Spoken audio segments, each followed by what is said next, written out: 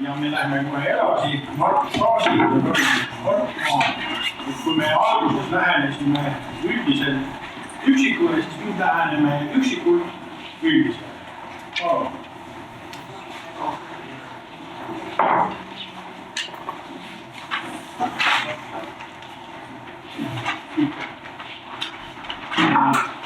Tere!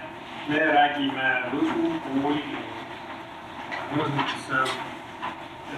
veel nagu arhitektina hakkasime, ma räägin nagu eelmine, hakkasime ühtsime vestluse ja siis hakkasime kahest osast, uuest ja siis rekonstrueeritavast, siis me hakkasime seda hoonet lihtsameelselt rekonstrueerima, kasutades selleks kõiki otseid vahendeid, kaasa arvatud IDA-SI ja muid peeneid modelleerimise ja kihte värke, mis maailma paremaks teevad.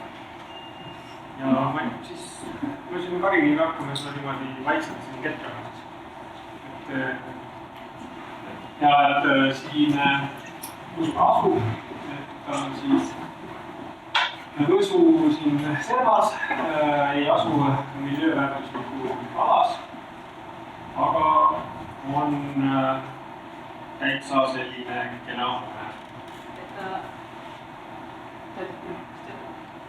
Ta kuulub jah selle Lahemaa rahvuspärandi hulka ja seetõttu oli ka võistlusülastus oli meil siis külastamine säilitada ja tegelikult võistlustööga me andsime siis talle justkui nagu tema selle väärikuse tagasi, mis me teeme selle vana kõige olulisemaks ja seetõttu me asetasime ta sinna selle uue mahu ette. Ja nagu seda näha, siis ka see maja on siis tegelikult algselt saanud alguse võistlusest. Ja siin on veel näha, et ta on siis rõhkpallhoone, mis veel aastal, kas oli see foto oli tehtud mingi 38, et tal ei olnud veel voodri laudust. Esimesel korrusel ei olnud, teisel korrusel tuli vahemisel voodri laudust ja siis palk on paljanud. Ja mis siis meie see lihtsameelne eesmärk oli, et kuna ta oli ju lahe maja, soov oli säilitada, taastada algne hoone välimus ilma proportsioone muutmata. Aga nagu siis, kuna sellel puuduvad mingisugused miljööalade kaitsed või mõjutuskaitsed, siis me kogu see Jaareku poolt kirjeldatud raskus langes sellele hoonele. Et tal oli siis 2018 aastal on talle tehtud audit, kus siis selgus, et sel tollal oli ta F-klassis olev hoone ja näiteks täisseina U-arv, mis siis mõõdeti, oli 0,65 kWh kohta aastas.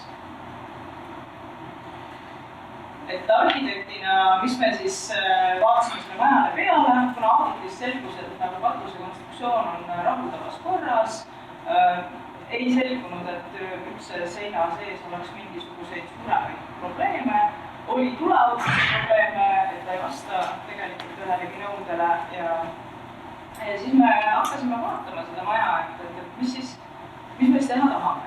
Kõigepealt oli loomulikult see, et oli vaja taastada see lõunafassaad, mille me saime siis sellest samast fotot, mida me alguses näitasime, sest et muid arhiiviandmeid me sellest küljest ei leidnud ja siis jõudehitustega oli see ära kaenatud. Siis teine asi, et kuna katus oli läbi, siis tundus, et peaks panema uue katusplekki. Aknad olid tal vahendatud nüüdseks umbes 10 aastat tagasi PVC akende vastu. Projektis olid küll, et oli 3-kordsed aknad, korraliku U-arvuga üks, aga auditis selgus, et on 2-kordse paketiga, et täpselt siis ei tead, aga kuna algsel hoonel olid 2-raamsed aknad, siis tundus meile, et selle hoone üks oluline osa peitub tema akendes ja kuna ta on läbi selle 100 aasta nii palju muundunud, et me võtsime aluseks ikkagi need nagu algsed lähtepunktid, et anda talle seda vana maja tunnet siis tagasi. Peaks, kahjuks kuidagi pildid on juba tumedad, et siin on nüüd paremini näha, et peaks oli talle siis juba sellest algsest peausest oli ta välja vahetatud ja siis mõtlesime, et ilus mõte, et paneme selle algupärase uksega tagasi. Ja laudis loomulikult. Laudis oli lihtsalt juba mitu korda värvitud, ta oli erinevatest laudid oli parandatud, vihmavee kahjustused olid tal, kuna vihmaveesüsteemid olid katki, see nagu, see tundus hästi loogiline, kasutades sama profiili laudisel ja vihmaveesüsteem ka, mis oli siis küll parandatud, labitud, aga oli juba täiesti tehtud teistsuguseks sellest algsest. Ütlen, et hiljem saab see saaduslikuks. Ja muidugi, mida me pidime sinna hoonesse siis panema, et oli siis uus ventilatsioonisüsteem, küttesüsteem ja kõik süsteemid, mis on kooli toimimiseks tänapäeval laetud on. Ja meie eesmärk oli siis seda selliselt teha, et me ei saaks toredaid neid rongikostmeid sinna rakudele, vaid peidame need sinna ööningule ja kasutame katusele aknast siis selleks ventilatsiooni testides ära. Jah, sest kogu see asi meil oli ümber selle arhitektuurse ilma, et me seda ei muuda väliselt, mida sa näed. Nüüd siis selle kooli algse kuju juurde tagasi. Tegelikult see kool omal ajal oli kahekordne, aga esimene korrus oli koolimaja, teine korrus tegelikult siis oli korterid ja internaat. Ja esimesel korrusel oli siis üks korter oli küll see majapidaja korter ka ja söökla, et ta tegelikult oli nagu väga erineva tüpoloogiaga sellega võrreldes, mis meil täna tegelikult siis ruumiprogramm ette pani. Et me põhimõtteliselt ikkagi pidime sinna panema nii palju ruume sisse, kui meie see ruumiprogrammis ette oli. See on nagu see Võsu omavalitsuse vajadus, mis neil et seda kohalikku elu või seda koolimaja nende vajadustest tuleneb ruumiprogramm oli siis, mida me tegelikult pidime ka juba modifitseerima, kuna see vana maja seadus meile päris palju piiranguid. Ja et mõnes mõttes siis köök läks kakkuda suuremaks, loogiline ja admin osa siis väga väike võrreldes sellega, kui palju seal ennem oli mitte foolid sees. Ja siis me jõudsime järgmiste teemadega. Et kuna kool peab vastama kõikidele normidele ja määrustele, siis kõigepealt jõudsime me kohe muidugi omadega nende treppideni, mis kindlasti ei saanud toimida õhutreppidena. Teine korrus astub ta sisse hoone, ehk siis ühtegi nagu ka trepi avas olevat seina ei ole tasapinnalist kohta seal. Ilma liftiks ruumi ei olnud, nii et me otsustasime osta trepitasupid, mistõttu meil oli vaja kasutada ka neid seinu, et kinnitada. Ja kõrgused ei andnud välja neid tulemutusnõuseid, mida me ka ei saa, ehk siis selgus, et trepid tuleb teha uued. Ja tegelikult mitte ainult trepid, vaid oli ka vaja natukene seda ühte katuse kuju muuta, sest et muidu oleks saanud see trepp üles välja jõuda. Jah, seesama, kus 1950 on näha, et see uut tegelikult, see on juba selle teise korruse uut või sisseaste, et see lihtsalt ei mahtunud mitte kuidagi ära, et tagada trepi esineja ja trepi ülevalkorrusel ja allkorrusel trepi esineja vajalik kusumust. Siis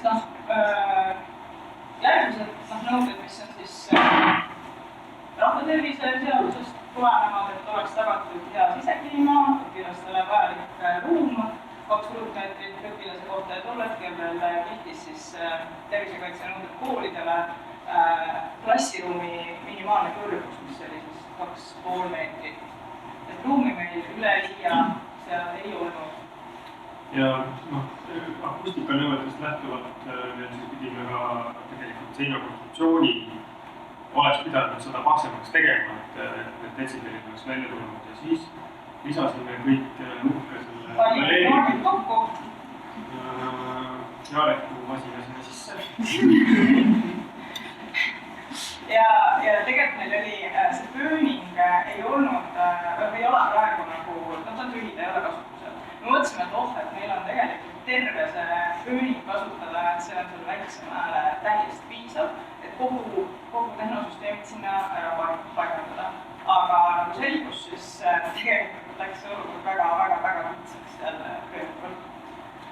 aga sellega pidu ei piirdunud, et tegelikult juhtus nii, et see maja on kuidagi nagu sipelgas tervemoodi sirga sorga ehitatud, et kandeseinad on üksteise peal.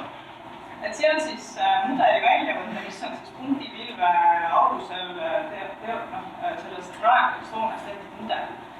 Nii nagu need seinad seal on, et me, kuna ei ole võimalik kogu maja pooltoimistel sees täna, ei ole võimalik kogu maja lahti võtta, siis nii palju, kui me saime nendest seina surfidest teada infot, me saime selle kanda üle sinna mudelisse ja siis tuletada, et kus on nagu seinad ehitatud lihtsalt kvartsikutega paksemaks ja mis nad tegelikult on. Aga jah, nagu selgus, siis konstruktiivset loogikat siin ei olnud, sest ei olnud mudeliga, vaid päriselt nii oligi, et ükski asi nagu ei toetanud, ei jõudnud nagu fundamentini välja. Ehk siis me pidime vaatama seda katuse randekonstruktsiooni nagu veel kord täpsemalt ja lasime teha uue analüüsi, ekspertiisi. Siis selgus, et see katuse konstruktsioon ei ole väga heas korras enam. Et seal olid jah, nendel akendel, mis katusel olid panged all, siis need salasid läbi. Ja nad ei olnud ka siis kohakuti kandeseintega, eks katuse poolvärk ei toetanud ühes nurgas üldse mitte kuskile, et see oli lihtsalt õhus. Et selles... Need oli ka juba läbi vedaneid ja pätni koha. No mõni tala oli puruks ja mõni oli vältinud, aga selge oli see, et mõistlikum oli teha uus katuskonstruktsioon. Eks siin selle pildi juures on ka see ülejäänud osa kõik uus. Et see toolvärgi me saime sellega ära kaotada, mis tõttu me üldse mahutasime meid seada sinna sisse ära, sest et muidu eelmise konstruktsiooniga oli ka see konstruktsioon ise oleks sõidnud sinna masinasse sisse ja seda kogu oleks olnud oluliselt ebaefektiivsem seal kasutada. Siis me hakkasime tegelema esimese korruse vahelaega, teise korruse põrandaga. Kuna seal on samamoodi samad probleemid olid, seinad ei andnud kohakuti. See uus ehitusekspertiis siis ka tuvastas, et talad on osaliselt ka läbi mädanenud. No neid oli juba kiilutud osaliselt mõnes kohas ja nad kõik olid läbi paindunud. Ehk siis tegelikult tähendas seda, et iga seda tala, mis seal oli vaja veel eraldi tugevada. Konstruktorid jah siis vaatasid ja kuna meil kõrgus oli väga kriitiline, siis me ei saanud seda vahelagega väga paksuks ajada, pluss siis see korrus ei olnud ühe tasapinna. Ehk siis kui meil on olemas olevad talad siis me saame ainult sinna peale midagi vastata või selle paksusega mängida. Ja konstruktorid seda analüüsisid, et kui me ahjud välja lammutasime, mis tõttu jäid nagu vabad vahelakke, sinna tulid uued konstruktsioonid sisse teha ja kui me nüüd lisasime oma šahtid, kuna klassiruumid ei ole kohakuti, tulenevalt selle maja meetrist, esimene teine korrus on täiesti erinevad, siis ka need uued avad tekkisid sinna lähtuvalt nendest šahtidest. Ja siis, kuna radikad oleksid võtnud ära enamus seinapinnast, kui me oleks radiaatoritega seda kütet hakanud lahendama, oli mõistlik panna sinna põrandküte tervele hoonesse ja me leidsime siis, et hübriidvalu ehk siis kipsivalu on see kõige kergem, et võimalikult vähe koormus siis lisada sellele olemasolevale vahevahele. Aga sellest hoolimata see tegelikult koormust lisas ja probleem nagu puhkus sellega ainult juurde. Ja selleks, et selle teadmise juures me veel teadsime seda, et selleks, et need tugevused teostada, me juba pidime hakkama natukene lõhkuma hakkas seda teise korruse kertkonstruktsioonist seina, kuna muidu ei oleks seda ligi saanud. Ja sest see toetus täielikult teidike siis selle vahelaeg, kuna ta astus sisse poole kogu veegnises. Ja mõnes mõttes siis ekspertiis nüüd läks edasi ja nad vaatasid ka seda rõhkvalikseina, millele siis kogu see krempel peaks toetuma. Ja see oli ka ekspertiis tuvastas, et need seinad on tegelikult välja mõlkunud ja mis nagu ütleme siis lõpus, see oli see hetk, kui siis konstruktor viskas rusika nurka, kui selgus, et kogu see alumine ring oli näha, kuidas peitel on sinna sisse lükatud või naaskel. Kogu alumine ring on täiesti mäda, mis ma ütlesin, viimane süsteemi. Et see tähendas seda, et tõenäoliselt on kõik see ring mäda ja meil veel see osa, mis oli vanamaja, mis oli siis see juurdeehitusega kokku ehitatud, seda me ei tea, mis seal taga toimub. Kindlasti on see uus paremus selles osas. Ja sisehoovis ei olnudki neid ilmakäed olus üldse. Ja see katus puudus igasugune aluskattelikud üldse hoovidel, siis tegelikult see soekõik, mis sealt majast, mida praegu elektriga võetakse, täna on see soekõik sealt katutud välja, et sisehoovi räästad on konstantselt on ja kõik kausud täis. Ja siis see oleks tähendanud seda, et me oleks pidanud iga tala alla veel panema posti, mida me juba olime toestatud. Siis selgus, et võib-olla oleks parem, et me võtame selle ülemise, teeme uue vahelae. Et siis siin saame nagu midagi adekvaatselt, aga kuna nüüd see selgus, et ka see palkpäks seal üldse ei toesta, vaid on lihtsalt ilus seal, et siis nagu ütleme, selleks hetkeks meil oligi jäänud majast ainult see palksenud järgi.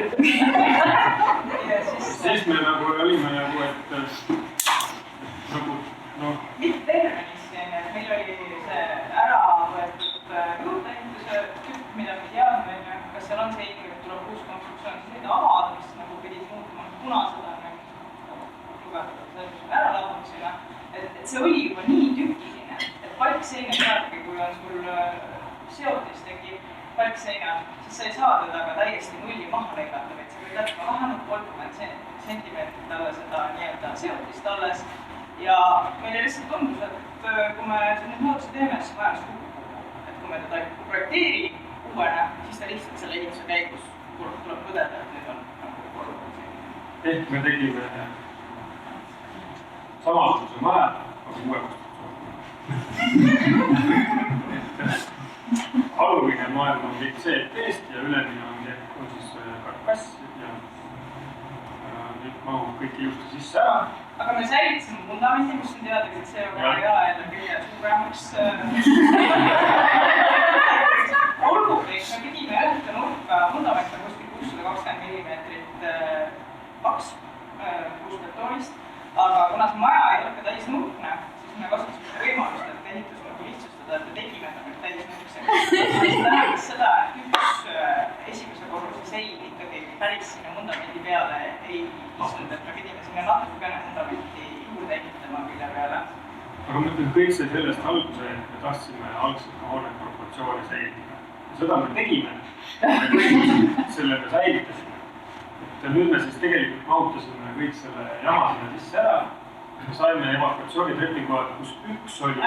Meil on niimoodi, et seal majas on 3 treppi ilma kelditreppideta, aga 2 tiivas on trepid ja 1 tiivas nüüd see, mida me siin näeme, kus on kelditrepp all, oli meil võimalik tagada ainult tulefunktsionaalid, kuna muidu ei oleks alumisest trepist pääsenud sealt alla ja meil ei olnud võimalik tagada ligipääsetavuse ehk siis ilmanõudeid selle trepi. Aga kuna meil on teine trepp, et me saame ülevalt ringi käia, siis me saime teisel trepil tagada ilmanõuded, kuna seal ei olnud alla teist treppi. Ja siia trepile me saime lisada ilma tõstuki, kuna me tegelikult nihutasime ka selle sisehoovi seinad kohakult, siis sellega juba, et mõõta kinnitada. Ventilatsiooniruum tagasime, tuleohutusnõudeid täitsime, soojustasime katuse ja energiaklassi avaliku hoonete järgmised 50 aastat. Ilma kaitsepaneelit. Aga ütleme, meile, siin on see jällegi see, millest siin on palju juttu, aga mis meile jäi sellest, et ütleme natukene selline nagu kripeldus sisse. Esiteks, mis me valesti tegime? Täna see kool töötab, mis sa praegu läheb vaatad õppinud selles samas koolis. Kui neil on paha olla ja meil õhtu polest teevad akna ja kütame seda elektrit. Nüüd tõenäoliselt see maja läheb 5 miljonit maksma. Kas see, me nõuame 3 korda paremalt energiaklassis? Kas see vald, see väike Haiala vald peab selleks kinnistuid müüma, laenu võtma, saab natukene riigilt raha ja tõenäoliselt osaleb seda eksperimentideks. Ja nad saavad selle maja valmis ehitada. Mitte selle, nad teevad esimeses etapis või teises etapis. Kas me teeme maailma paremaks? Samas selle majaga võib-olla selline parim enne hakkas ka läbi saama. Need on nagu niisugused küsimused, millele me tegelikult me ei oska vastata. Me lihtsalt näeme, et need küsimused tekivad. Ja meil ei ole arhitektidena mitte mingisuguseid hoobasid seal teha mingid kaalutlusotsused, kuna me tegelikult lähtusime ainult normidest. Aga ma arvan, et me ei säästnud raha, kindlasti ka mitte selle 50 aasta jooksul, mis me niisugused elektrikütte peale võib-olla kulusime selle maja ehitamisega. Ja me uue maja peale ilmselt see CO2 ei ole võib-olla, ma ei tea, see teed tänapäeval ei olnud nagu liiga hea, aga mis me säilitasime seda kogu aeg ehitama. See on ka üks kontekst, mis ei mahu Exceli tabelisse. Jah, seda identiteeti ikkagi siis on see, mida me siis enda jaoks ehtsime, see on see, mida me siis ikkagi suutsime sellega säilitada. See oli ilmselt kõik. Jah.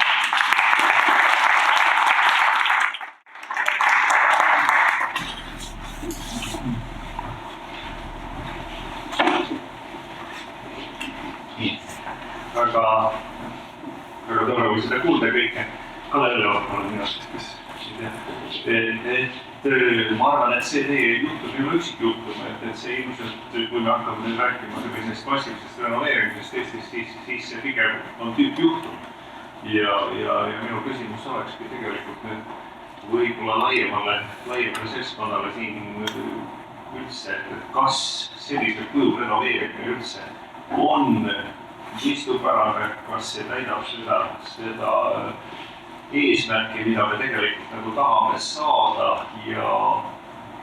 ja üks teema veel, et juhul, kui tõesti riiklikult tasemel siis sätestatakse mingisugused tähtajad, mis tähendab, et kogu see selline vanem amortiseerunud hoone massiiv peab siis mingiks ajaks olema siis renoveeritud mingile energiaklassile vastavaks, siis kust tulevad need rahad selle jaoks ja kas see ei tähenda seda, et ääremaastumine võtab veel rohkem hoogu juurde, kuna inimesed ei ole suutelised selliseid investeeringuid oma hoonetesse tegema ja siin kliimaseaduse selles töögrupis oli veel ettepanek, et juhul, kui inimesed seda selleks kuupäevaks ei tee, siis kehtestame maksu.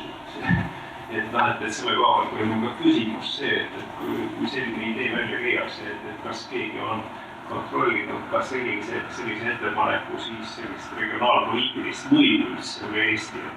Tegelikult see teie näide, ma arvan, et kujuneb lähiaastatel renoveerimise selliseks näiteks just nimelt väiksemates, kaugemates piirkondades ja praegu ma näen tõesti seda, et oluline selline konflikti koht tekib siin just nimelt, et paljud kinnisvara omanikud lihtsalt ei ole suutelised sellise 5 miljoni investeeringuid tegema ja mis siis juhtub, et kuidas siis riik selle olukorra lahendab. Aga ma ei tea, kellele seda küsimust ei adresseerida. Meile endale tekitab seesama küsimusi, meile endale tekitab ka seesama küsimus, et ei tekkis, et esiteks meil on normid, igasugused normid. Keegi ei ole nagu neid katsetanud neid norme koos. Normid tegelikult midagi teevad koos. Ja sellest tekib mingisugune kulu tekib sellele meie ühiskonnale. Ja me peaksime nagu mõtlema ühest küljest, et millised me tahame olla ja kui rikkad me oleme. Need on need küsimused, mis nende mõtetega nagu selle sihukese asjaga tekivad. Ühest küljest on kohalik identiteet väga oluline. Tegelikult see Kulgise maja on ainult punase katusega ja kollase raudisega olnud ainult 50 aastat, siis see on väga palju inimesi, kes ennast selle järgi identifitseerivad. ja selles mõttes jällegi oleks olnud lihtsam buldooser tuua ja see juhpi lükata tegelikult nagu läbikokkuvõttes, aga midagi sellest ikkagi ju tulevikus läheb paremaks, kui kool leiab seda või vald leiab seda raha. Võib-olla läheb midagi seal paremaks, aga kas see jätkusuutlik on? Seda ma küll ei suuda nagu endale midagi kirjutada või arvutada seda jätkusuutlikkust edasi. See teeb nagu ärevaks ja olen uperdanud siin. Ma tegelikult Jareki käest, me teeme kooli nagu ka, see on hästi palju tehnoloogiat seda peale ja tuleohutuse kõik need süsteemide häda on see, et nad ka sisaldavad igast mikrokiipe ja mingid toredad elementi, mis tegelikult lähevad fookusest suhteliselt tuttu välja ja need enam ei ole võimalik asendada, siis selle järelhooldusega need on päris kallid ja tülikad. Pikas perspektiivis nagu minu meelest on me liigume vales suunas, kui me tahame mingit suurt probleemi lahendada, siis selle asemel, et minna nagu lihtsamale teele. Me läheme kogu aeg järjest astega keerulisemaks ja veel keerulisemaks, et meie see tehnoloogia usk on meeletult suur. Aga me nagu, minu meelest selle nagu põhikuari nagu ei taha, ei julge minna. Et mida me vist peaksime tegema, aga ega ma ei oskab ise. Iga maja on niivõrd individuaalne.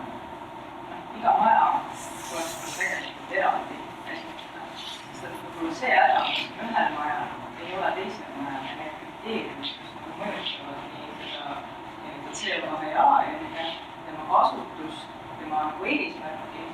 Et seal, ma ei ole vist ühegi projektiga nii paljude ametikohtadega kokkupõrkeid tekkinud, kui selle väikse Võsu kooliga, mis on nagu niivõrd ühiskondlik projekt, kui veel olla saaks. Meie võite sinna autosid parkida maja ees või ühe peatumiskohta, mitte parkimiskohta, sest selle riigi maantee, mis läheb Võsu kooli eest läbi ja absoluutselt iga, et siuksed asjad nagu, ma ei tea, see peaks olema, ei saa nagu reguleerida, see numbritega kõike, et see mõistlik. Kes selle reguleerib, et see kogu tegemine oleks mõistlik?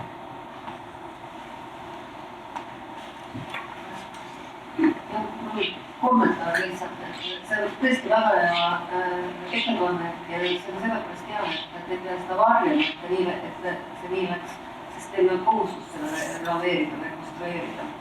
Et kui me võtame kõik need miljööväärtuslikud alad, mis meil on linnades ja kui palju on sinna sisse kirjutatud, et maja peab olema just nimelt säilitatud ja põhimõtteliselt restaureeritud. Ja siis on seal need tingimused, et juhul, kui sa selle restaureerid või rekonstrueerid, põhimõtteliselt restaureerid, siis sa võid sinna natukene teha neid katusehuupe juurde või kuskil mingit valgust juurde anda. Aga kui sa võtad selle maha ja ehitad samasuguse, siis sa seda teha ei tohi, sa pead ehitama täpselt samasuguse. Ja siinkohal ma küsingi, mis te arvate, mille pärast väga tihti võib näha, et need ehitused toimuvad sellise kilelise teisi all.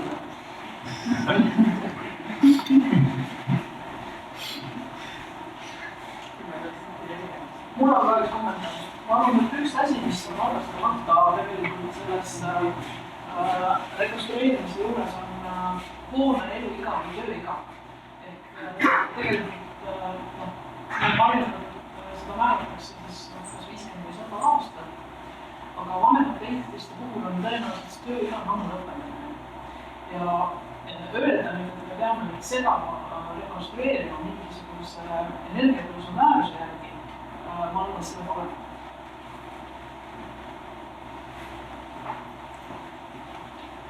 Kas on veel kommentaare ja küsimusi? On? Andres Paks, Arhitektuurikeskus. Meil on selle Krundiga täpselt kursis, aga kas selle protsessi käigus, kui ma protsessi vaatasin, mulle tundus, et Zaporožet siis üritati teha sõiduauto nimega Mercedes, aga kas seda A-klassi hoonemahtu sellele Krundi kõrvale ei kaalutud teha, säilitades vana hoone nii, nagu see on? Ja nagu kõik teame, õppimine on multisensoorne kogemus ja miks mitte ei oleks võinud seda vanat mahtu kasutada justkui nagu pool väljuõppeklassi või midagi taolist? Kas sellised mõtted olid ka kõigi protsessi juures käinud? See on tegelikult uus mahtu kaasas. 1200 ruutmeetrit netopinda on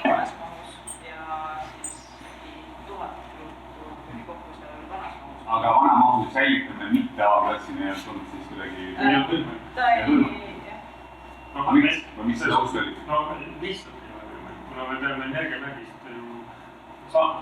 Aga funktsiooni poole.